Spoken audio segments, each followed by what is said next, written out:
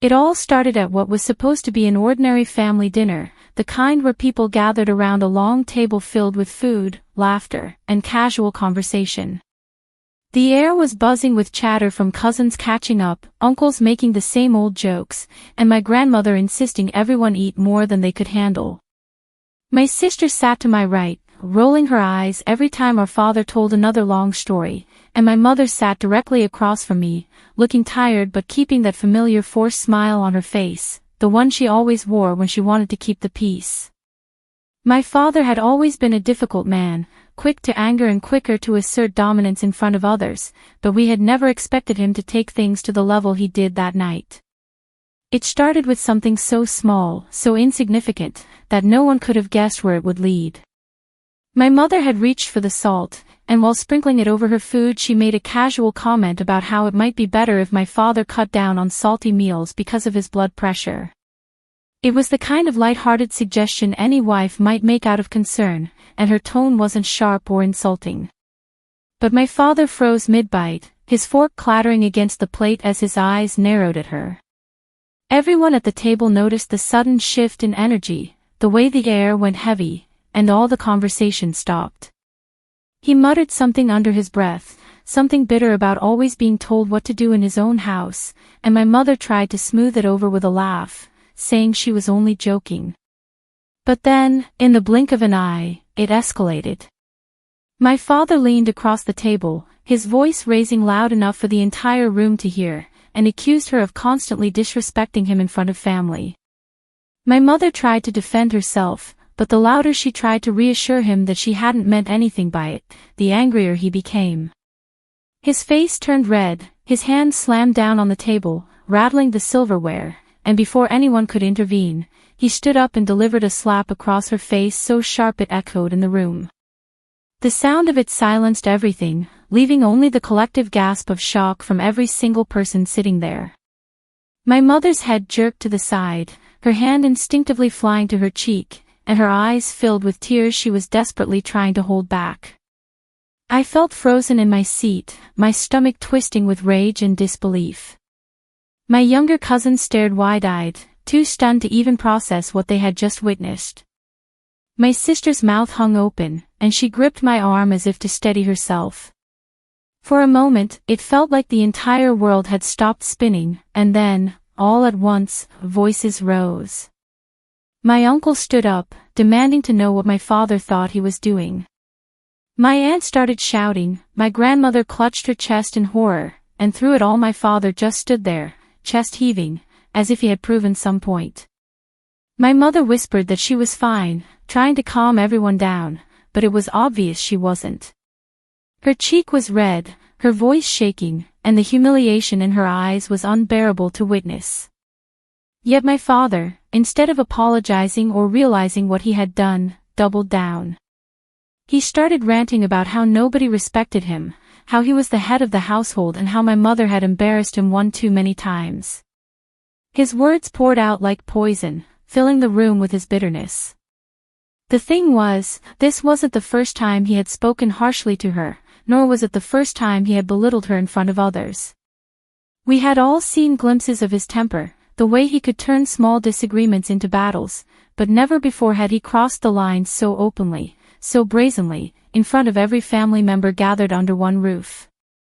This was the moment where years of quiet suffering, of excuses and attempts to keep peace, finally came crashing down in public view.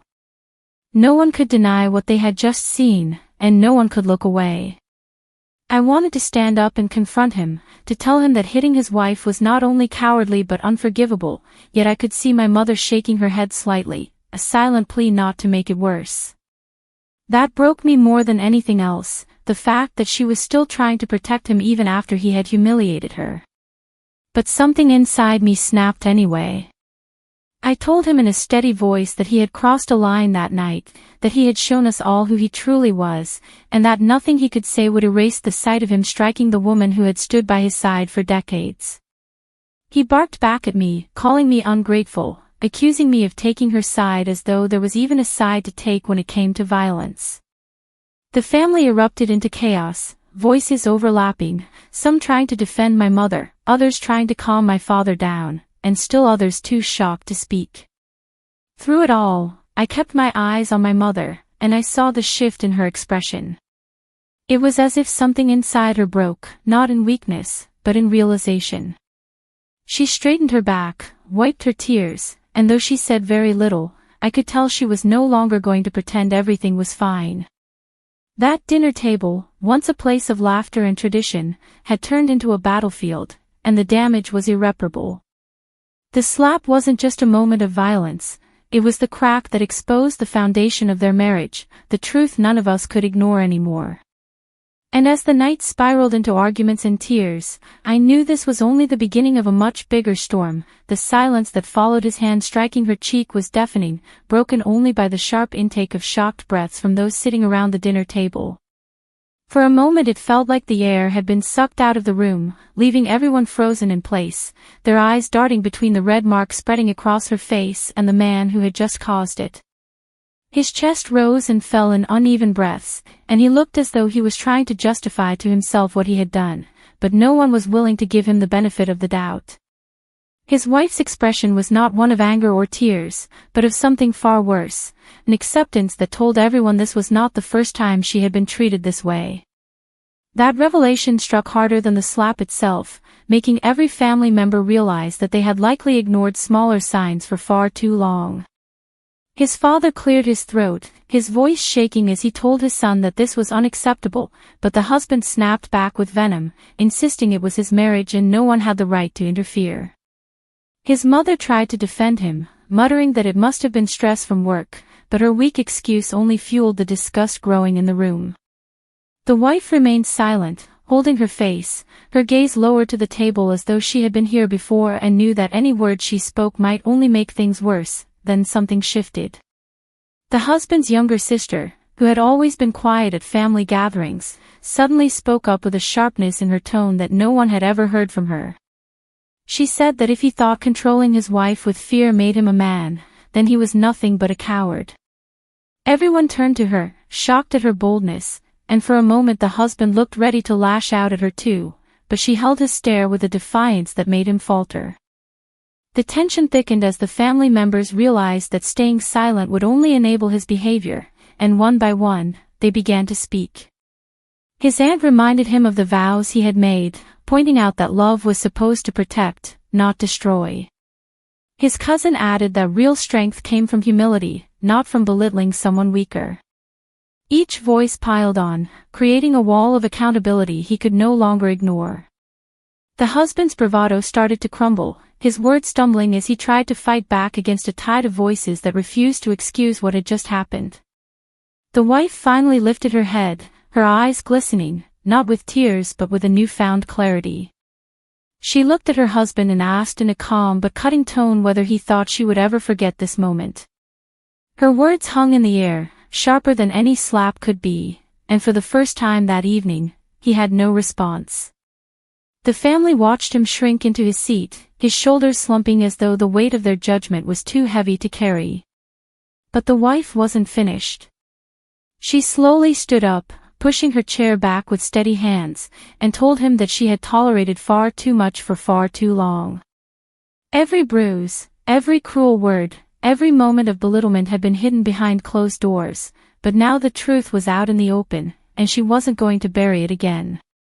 Her voice grew stronger with every word, fueled not by anger but by the strength of someone who had been broken down too many times and had finally reached her limit. The room felt electrified as she declared that she would no longer be a victim in her own marriage. Her children, who had been quietly sitting at the end of the table, looked at their mother with wide eyes, seeing her not as someone fragile but as someone powerful. The husband's mask slipped completely then, and he begged her to sit back down, promising it would never happen again, but the family wasn't buying it. Too many people had seen the red mark on her face, too many people had heard the sound of his hand connecting with her skin, and too many people had listened to his excuses. This was not a mistake, this was a pattern, and everyone knew it. His sister, still standing firm, turned to her sister-in-law and said she didn't have to endure this anymore, not with so many people willing to stand behind her. The wife's lips curved into the faintest of smiles as she realized she wasn't alone, not anymore.